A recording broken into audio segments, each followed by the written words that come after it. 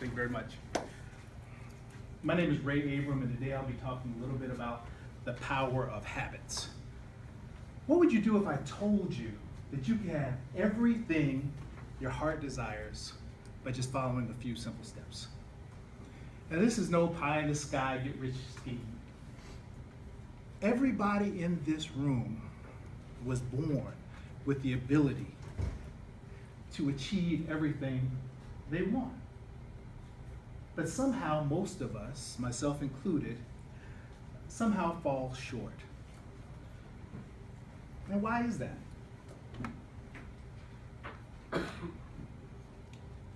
Well, many of us have this idea that the way to achieve what we want in life is by setting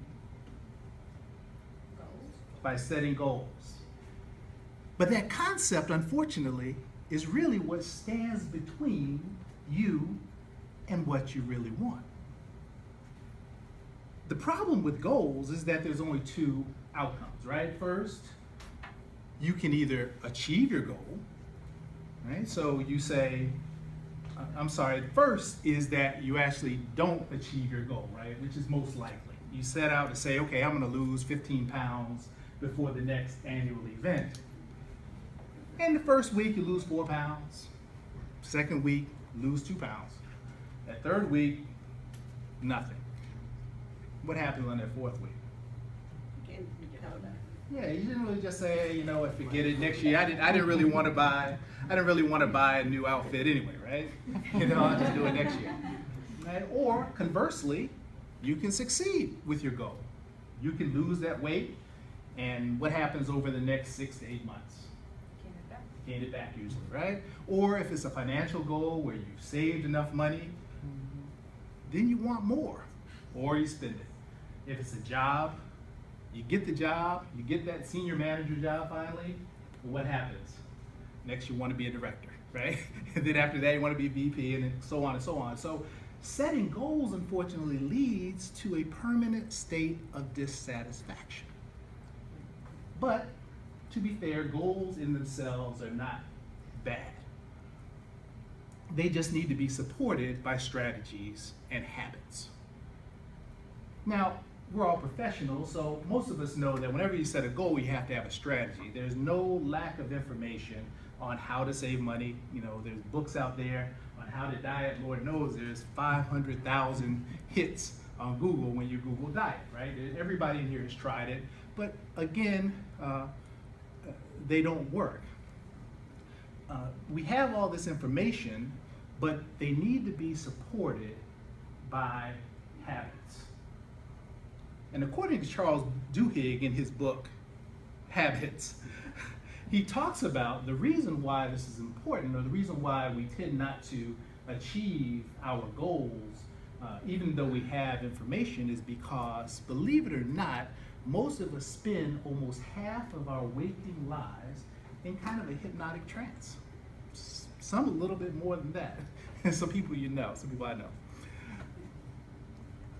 You go through the morning, and the reason is when you wake up in the morning, you actually have a limited amount of willpower.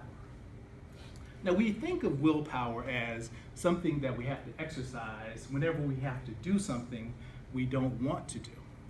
But the reality is, willpower is used for every decision you make. When you get up in the morning, should I brush my teeth this morning? What shoe should I put on first, my left or my right? When I get in the car, do I sit in the passenger seat or the driver's seat? Do I drive forward? Do I go back? Which way do I go to work? What exit do I get off? What floor do I have to get off on the elevator? I use those examples just to show you, you really don't think about any of those things. If you had to make each one of these thousands of decisions actively every morning, you'd be exhausted by the time you get to work. And see, whenever you're broken out of that trance and you have to think, you're using some of that willpower, and that's why in the evenings, you are white. Even though you haven't done much work physically, but you still feel tired. That's what it is. And that's why you need a good night's sleep every night. But that's another speech. So, the way your brain circumvents that drain is by allowing us to work off of habits, right? So most of the day, you're simply just doing your habits that saves your brain energy. And it's actually so important to our survival that there's a physical part of your brain called the basal ganglia where your habits are stored. Now, there are three parts to a habit. There's something called a cue or a trigger. There's something called the action, which is what you do, is what we know of when we say this is a habit. And then there's something called a reward, which is self-obvious. So in order to change your habit, I want to say this: habits cannot be deleted once you have one, but you can overwrite or change a habit. So once you have a habit, the way to change it is to identify what the trigger was. When you find yourself performing an action that you do habitually, you ask yourself, you stop and ask yourself what my trigger was. What caused this? Is it a feeling? Is it a time of day? Is it someone interacting with me? Whatever that is, find that out, purposefully change that action. So this takes some pre-planning. Once you find out what your trigger is, maybe when you first get home from work, you plop on the couch and turn on the TV and grab ice cream. You want to change that action, you have to purposefully decide, tonight when I get home, I'm not going to plop on the couch, I'm going to walk around the block.